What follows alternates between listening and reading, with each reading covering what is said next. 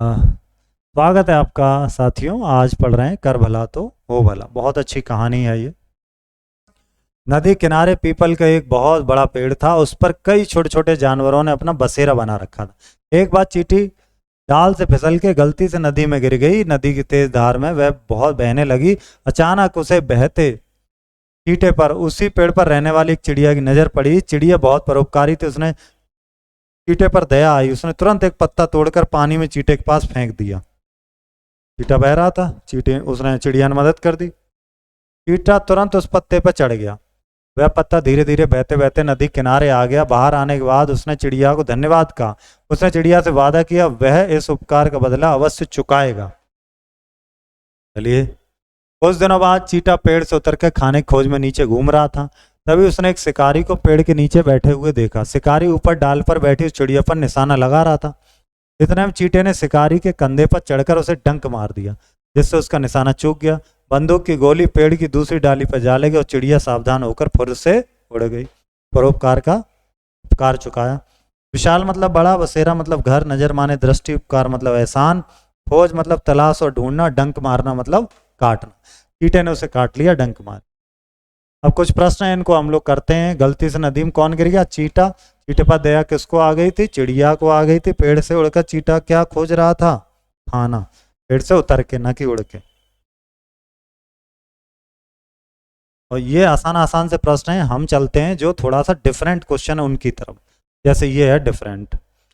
नदी के दो दो पर्यायवाची लिखो। चलो लिखते हैं। नदी मतलब होता है सरिता और तटनी, ठीक है, नदी के पर्यायवाची। पेड़ मतलब होता है वृक्ष और पादप या विटप भी आप बोल सकते। किनारा का मतलब भी तट होता है और कूल होता है। पत्ता मतलब पर्ण होता है। और क्या होता है पत्ते का? एक तो पर्ण हो गया और एक और, ये आपको हेल्प से ही लिखना पड़ेगा, तीर, विशिक और बाण। ई और ई की मात्रा वाले शब्दों को लिखिए तो लिख लेना आप। जैसे विशाल, फिर क्या हो जाएगा? निवास, लिवास, ठीक है, बहुत सारे हो जाते हैं। ई बड़ी की मात्रा तो बकरी, लकड़ी, इस तरह से आप लिख लेंगे, बहुत सारे शब्द बन जाएंगे। विलोम शब्द, चलिए विलोम बनाते हैं, नहीं उल्टा।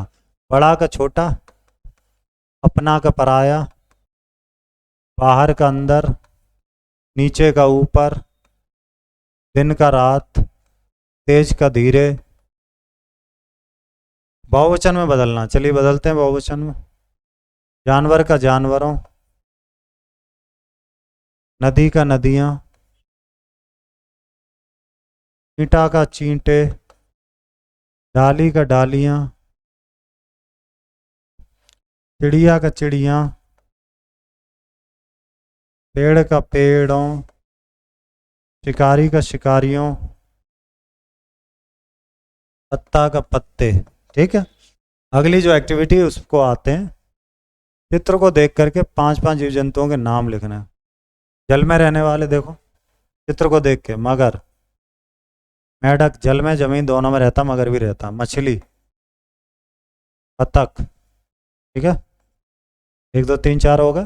पांचवा कौन सा है इसमें? कौन सा छोड़ दिया हमने? ये क्या है? बतख ही तो है। एक दो, एक दो, पाँच, एक, छोड़ क्या रहे हैं?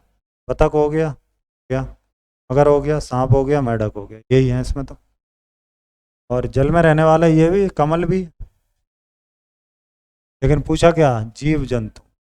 पृथ्वी में रहने वाले देखो, शेर, भालू, कुत्ता, ना गाय, बकरी, ठीक है। आकाश में उड़ने वाले कौन है? तोता, बाज, गिद्ध, चील, कबूतर, ठीक है। वी हैव डन, कर लिया। चलते हैं अगले अध्याय में, मिलते हैं आपसे। धन्यवाद।